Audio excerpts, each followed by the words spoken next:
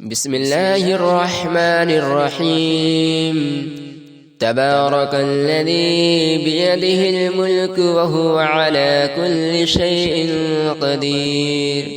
الذي خلق الموت والحياة ليبلوكم أيكم أحسن عملا وهو العزيز الغفور، الذي خلق 7 سماوات طباقا ما ترى في خلق الرحمن من تفاوت، فارجع البصر هل ترى من فطور، ثم ارجع البصر كرتين ينقلب إليك البصر خاسئا وهو حسير، ولقد زينا السماء الدنيا بمصابيح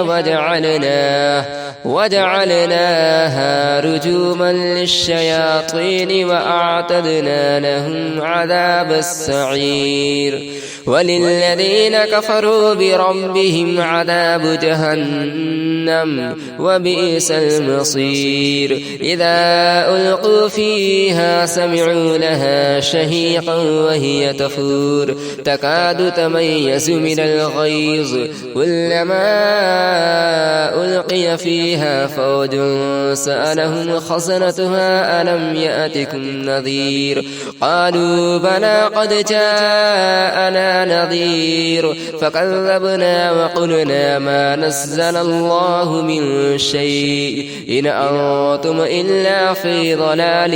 كبير، وقالوا لو كنا نسمع أو نعقل ما كنا في أصحاب السعير، فاعترفوا بذنبهم فسحقا لأصحاب السعير، إن الذين يخشون ربهم بالغيب لهم مغفرة وأجر كبير، وأسروا قولهم أو اجهروا به إنه عليم بذات الصدور، ألا يعلم من خلق وهو اللطيف الخبير، هو الذي جعل لكم الأرض ذلولا فامشوا في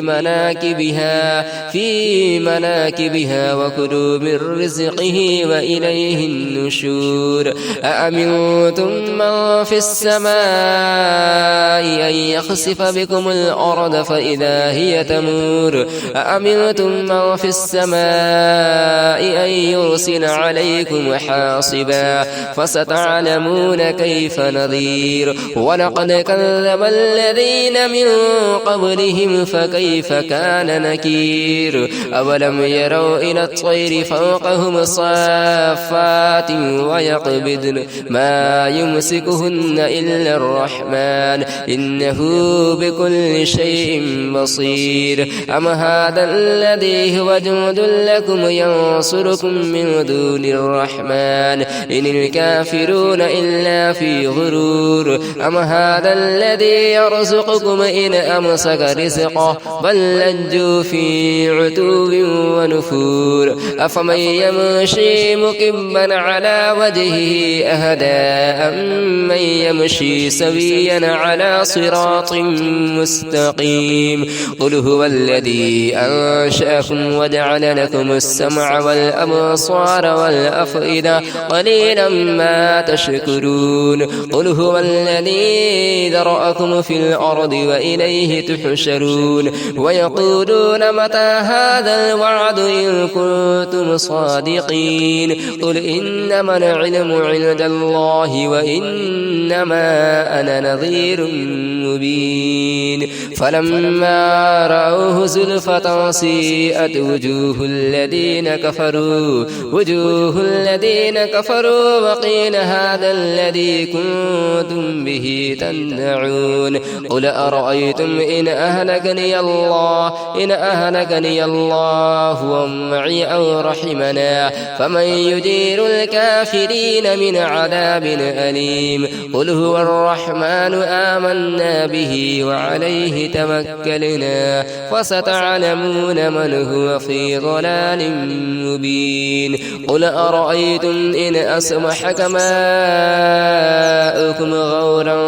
ماؤكم غورا فمن يأتيكم بماء معين.